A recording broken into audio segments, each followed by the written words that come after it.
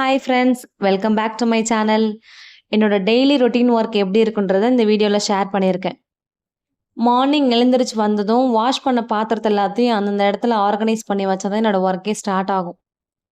தம்பிங்களுக்கு இன்னைக்கு பிரேக்ஃபாஸ்ட்டுக்கு சிம்பிளாக கோதுமை தோசையும் தேங்காய் சட்னியும் வச்சு சாப்பாடு கொடுத்துட்டேன். அவங்களுக்கு சாப்பாடு கொடுக்கறது தான் எனக்கு பெரிய கஷ்டமான வேலை. அவங்கள சாப்பிட வைக்கிறது ரொம்ப கஷ்டம். அவங்களுக்கு சாப்பாடெல்லாம் ஊட்டி முடிச்சதுக்கு அப்புறமா ஹஸ்பண்ட் மட்டன் வாங்கிட்டு வந்துட்டேன், கீழே வந்து வாங்கிக்கோன்னு சொல்லியிருந்தாங்க. அதனால கீழே போயிட்டு அவங்க கிட்ட மட்டன் வாங்கிட்டு வந்து தான் என்னோட பிரேக்ஃபாஸ்ட்டே சாப்பிட்டேன்.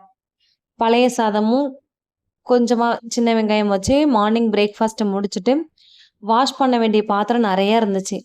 அதெல்லாம் வாஷ் பண்ணி வச்சுட்டு தான் சமையல் வேலையை ஸ்டார்ட் பண்ணணும். வாஷ் பண்ணி வைக்கிறதுக்கே எனக்கு 12 மணி ஆயிடுச்சு. அதுக்கப்புறமா சமையல் வேலையை ஸ்டார்ட் பண்ணேன். மட்டன் வாங்கிட்டு வந்ததுனால குழம்பு தனியா, கிரேவி தனியா வச்சுக்கலான்ட்டு மட்டனை பிரிச்சு வச்சுட்டேன். குழம்புக்காக குக்கர்ல கொஞ்சமா எலும்பா எடுத்து சேர்த்துட்டு, கொஞ்சமா உப்பு, மஞ்சத்தூள் சேர்த்து, கொஞ்சமா வெங்காயம், தக்காளி, கொஞ்சமா இஞ்சி பூண்டு பேஸ்ட்டு, கொஞ்சம் கருவேப்பிலை சேர்த்து ஒரு 5 விசில் வர அளவுக்கு ப்ரெஷர் குக் பண்ணி எடுத்துட்டேன். தம்பிங்களுக்கு எப்பயுமே அதில் உள்ள சூப்பு கொஞ்சம் எடுத்து கொடுக்கறது என்னோட பழக்கம். தம்பிங்களுக்கு கொடுத்தா கொஞ்சம் ஹெல்த்தியா இருப்பாங்கன்னு சொல்லிட்டு. எனக்கு அம்மா எப்பயுமே மட்டன் செஞ்சாங்கன்னா எடுத்து குடுப்பாங்க. நான் ரொம்ப லைக் பண்ணி குடிப்பேன். தம்பிங்களுக்கு கொஞ்சம் குடுத்துட்டு, நான் கொஞ்சம் குடிச்சிட்டு தான் குழம்பே செய்ய ஸ்டார்ட் பண்ணேன். குழம்பெல்லாம் வச்சுட்டு, சிம்பிளா தான் குழம்பு வச்சிருந்தேன். அரைச்செல்லாம் அன்னைக்கு ரெடி பண்ணல.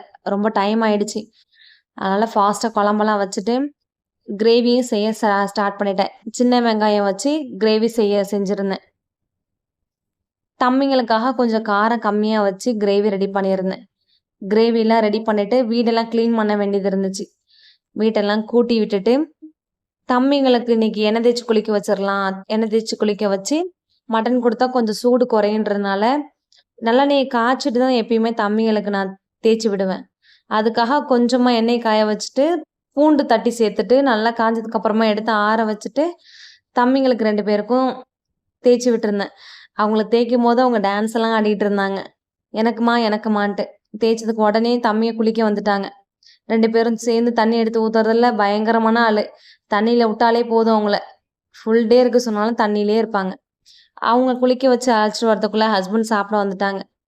அவங்களுக்கு சாப்பாடு குடுத்துட்டு, தம்பிங்களுக்கு சாப்பாடெல்லாம் குடுத்துட்டு, வீடெல்லாம் மாப் போட வேண்டியது இருந்துச்சு. மாப் போட்டு விட்டுட்டு, நான் ரெடி ஆயிட்டு, துணி கொஞ்சம் இருந்துச்சு. அதெல்லாம் வாஷ் பண்ணி காய வச்சுட்டு, ஒரு டம்ளர் டீ போட்டு ஃப்ரீயா குடிச்சிட்டு ஈவினிங் வெளியில கிளம்பியாச்சு. Thank you.